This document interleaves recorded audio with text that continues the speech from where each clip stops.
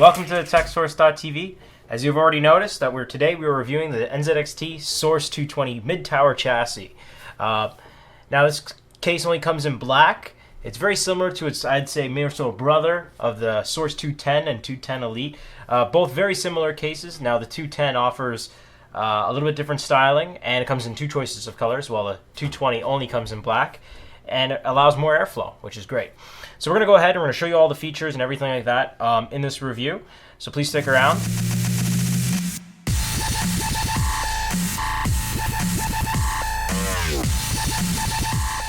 So the front of the case, as you can see, very clean lines, very simple look. I like it, and yet it's very functional. Alright, so now we're just going to take a quick look at the front of the case. There's a power button, reset button, 3 DVD drive bays, all ventilated, USB 3, USB 2, headphone, microphone port. As you can see, here's the back of the case. We have room for a 120mm fan. Our shield plate gets installed, and also there's 7 expansion slots for, say, video cards and whatever else. And a bottom-mounted power supply as well, which is great for low center of gravity. So I'm going to, guys, show you a quick thing about the cooling of this case. And as you can see here, this is the top of the case. It features 2 120mm fans you can put in here, or you can do 2 140s. Now, it does include one 140, which is kind of nice. And you can do dual 140s. In the back of the case, there's a single 120 fan that's included. In the bottom of the case, you can do a 120mm fan. In the front of the case, you can do 2 120mm fans. Now on the side of the case, you can do a 120 or a 140mm fan, which is really nice. So there's lots of cooling options in this case.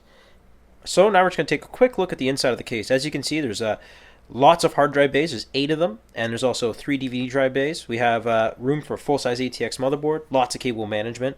As you can see, the interior is all black, and teaming that with our nice black motherboard, our black and red video card, along with the black sleeve cables, it looks really slick. So color matching this case and doing good cable management, it turns out being really good for a budget case, so it's really good for that.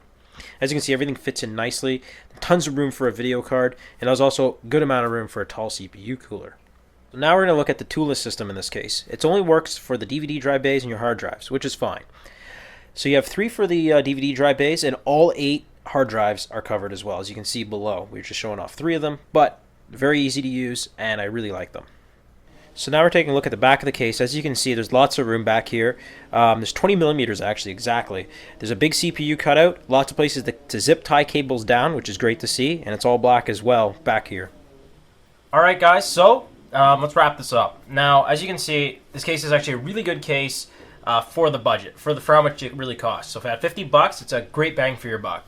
Because it's got an all-black interior, it's got good neutral styling that isn't too loud, or it's not like ugly or anyway. It's just a good neutral styling that looks good. It's clean. I definitely like that, and I'm a fan of clean-looking cases. It's kind of hard to find nowadays, really. And sometimes I'm looking for cases for friends. I have a really hard time finding one just because there's nothing that I can find that looks good. This is actually definitely a good-looking case. Well, I love the ventilation.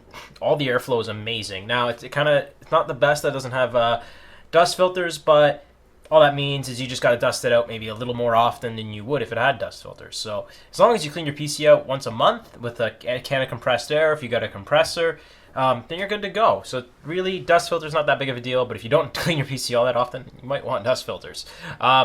But also, it's good that it includes 2 fans, and they're in actually really excellent spots. I would recommend probably adding a front fan or moving one of these fans to the front if you aren't picking up any more fans. I love how it supports 8 hard drives. 3 DVD drives is fine. The toolless systems on them are great. The cable management's really good. The amount of room behind this motherboard tray is excellent. Now, 20mm doesn't sound like a lot, but for cables, it's plenty. And considering I got these cable extensions and the plugs are back there and all that's back there, all of it fit really good. I could close the panel without struggling or pushing down on it really hard. I literally just lay the PC down on this side, facing down, and just kind of slide it on, and then just put the screws in. That's it. It's super simple. Even the other side goes on really good. There's no real flex. It's actually made out of a really high quality steel, so it's a really good case.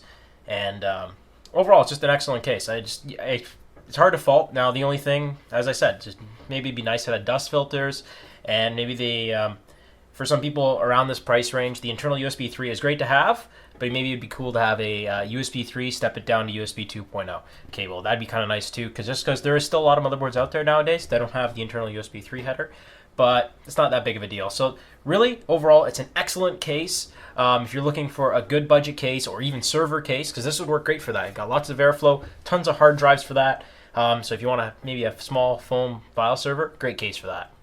Even a LAN PC it'd be good for, because it's not that big. It's pretty light overall, even with all this stuff in it.